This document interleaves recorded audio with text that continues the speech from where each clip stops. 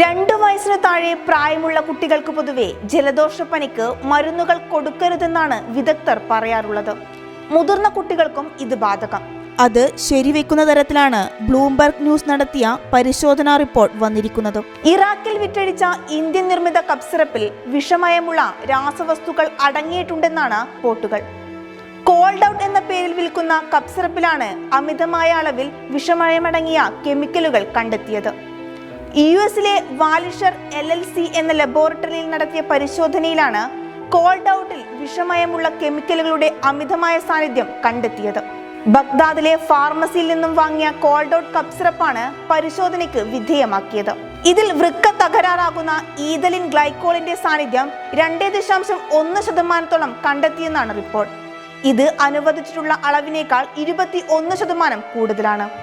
പരിശോധനയുടെ ഫലം ബ്ലൂംബർഗ് ലോകാരോഗ്യ സംഘടനയുമായും ഇറാഖ്, ഇന്ത്യ എന്നിവയുടെ ആരോഗ്യ വിദഗ്ധരുമായും പങ്കുവച്ചിട്ടുണ്ട്. ഈ ഉൽപ്പന്നം ഇറാഖിൽ വിറ്റഴിച്ചിട്ടുണ്ടെന്ന് അവരുടെ ആരോഗ്യ വിഭാഗം അറിയിച്ചാൽ ജാഗ്രതാ നിർദ്ദേശം പുറപ്പെടുവിക്കുമെന്ന് ലോകാരോഗ്യ സംഘടന വ്യക്തമാക്കി. ഇന്ത്യൻ മരുന്നുകളെ കുറിച്ചുള്ള വാർത്ത ഇതാദ്യമായല്ല പുറത്തു വരുന്നത്. ഇന്ത്യയിൽ നിർമ്മിക്കുന്ന മരുന്നുകളിൽ അനുവദിച്ചിട്ടുള്ള അളവിനേക്കാൾ ഈഥിലിൻ ഗ്ലൈക്കോൾ അടങ്ങിയത് സംബന്ധിച്ച് ഈ വർഷം മാത്രം പുറത്തുവന്ന 5ാമത്തെ കേസാണിത്. വിവിധ ഇന്ത്യൻ നിർമ്മിത മരുന്നുകൾക്കെതിരെ വ്യാപകമായ പരാതി ഇതിനു മുമ്പും ഉയർന്നിരുന്നു. അപ്പോൾ DCGI നടത്തിയ പരിശോധനയുടെ ഫലത്തിൽ 18 കമ്പനികളുടെ ലൈസൻസാണ് റദ്ദാക്കിയത്. കൂടാതെ 26 കമ്പനികൾക്ക് കാരണം കാണിക്കൽ നോട്ടീസ് നൽകുകയും ചെയ്തു.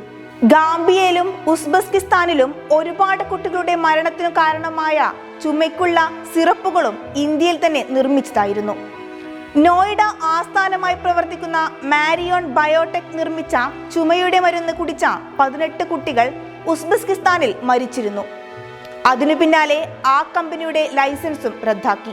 ഹരിയാനയിലെ മെയ്ഡൻ ഫാർമ കയറ്റുമതി ചെയ്ത മരുന്ന് കഴിച്ച് ഗാംബിയയിലെ 66 കുട്ടികളാണ് വൃക്ക തകരാറിലായി മരിച്ചത്.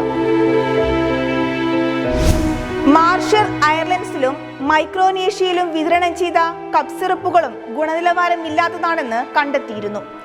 ആ മരുന്നിൽ അളവിൽ കൂടുതൽ ഈഥിലിൻ ഗ്ലൈക്കോളിന്റെയും ഡയാത്തലിൻ ഗ്ലൈക്കോളിന്റെയും സാന്നിധ്യം കണ്ടെത്തുകയും ചെയ്തിട്ടുണ്ടായിരുന്നു. തമിഴ്നാട്ടിലെ ഗ്ലോബൽ ഫാർമ ഹെൽത്ത് കെയർ നിർമ്മിക്കുന്ന കണ്ണിലൊഴിക്കുന്ന മരുന്നിൽ മരുന്നുകളെ തന്നെ പ്രതിരോധിക്കുന്ന തരത്തിലുള്ള ബാക്ടീരിയയുടെ അപകടകരമായ സാന്നിധ്യവും കണ്ടെത്തിയിട്ടുണ്ടെന്ന് അമേരിക്കൻ ആരോഗ്യ വകുപ്പ് അറിയിച്ചത് അടുത്തിടെയാണ്. ഗുജറാത്തിലെ സൈഡ് ലൈഫ് സയൻസ് എന്ന കമ്പനിയുടെ സന്ധിവാതത്തിന്റെ 55,000-ഓളം ബോട്ടിൽ മരുന്നുകളും അമേരിക്കൻ വിപണിയിൽ നിന്നും പിരിച്ചുവിട്ടിട്ട് അധികകാലമായിട്ടില്ല. ഇതിന്റെയും പ്രശ്നം ഗുണനിലവാരം ഇല്ലാത്തത് തന്നെയാണ്.